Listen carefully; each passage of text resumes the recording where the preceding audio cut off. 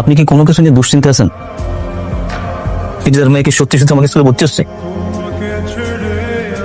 Sir, আমাদের মেয়ে আপনার স্কুলে পড়বে, ভর্তি করে নেন। এমপি সাহেবের মেয়ে বলে কথা। আর একটা কথা, আমাদের মেয়েরা কিন্তু একটু স্পেশাল সুবিধা পায়। আমাদের এখানে সব মেয়েরাই সমান সুযোগ সুবিধা পাবে। এই জামিল ভাই, টেনশন করবেন না, আর স্কুল তো আপনাদের। স্যার, মির্জা পরিবারের সাথে বাড়াবাড়িতে যাবেন না, যা বলেন মির্জা। আচ্ছা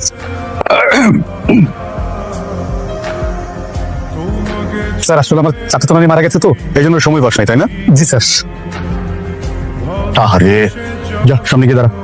স্যার, এইবার মতো আমাকে ক্ষমা করে দেন স্যার। যাবে নাকি? যা স্যার। এখানে এমপি নাসিম মির্জা, যাকে নিয়ে কেউ মুখ খুলতে চায় না, হয়তো আমিও খুলতাম না যদি আমি আমার বাবাকে ফেরত পেতাম।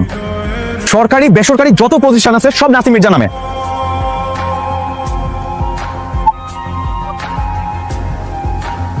আমার বাড়ি আমার না, নাসিম মির্জার। এমনকি আমরা আমাদের পরিচয় বাঁচি না, নাসিম মির্জার মানুষ হিসেবে বাঁচি।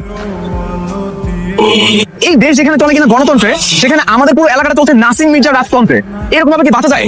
তার বিরুদ্ধে কেউ ভয় কোনো কথা বলতে পারে না। তবে আপনি যে তার বিরুদ্ধে কথা বলছেন, আপনার ভয় লাগে না? না, লাগে না, কারণ আমার দেয়ালে পিঠ থেকে গেছে। আমি শুধুমাত্র আমার বাবাকে ফেরত চাই।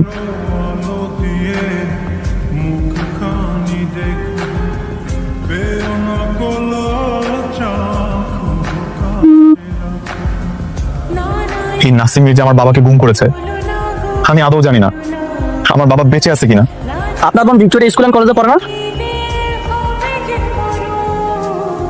কিরম তাতে নখ কাটছিস? কই না তো, আমার নখ এমনি কাটা। কে কেমন লাগে? হাত সামনে না দেখি, হাত সামনে। সামনে খালাতো বোনের বিয়ে তো, তাই এ সপ্তাহে নখ কাটা হয়নি।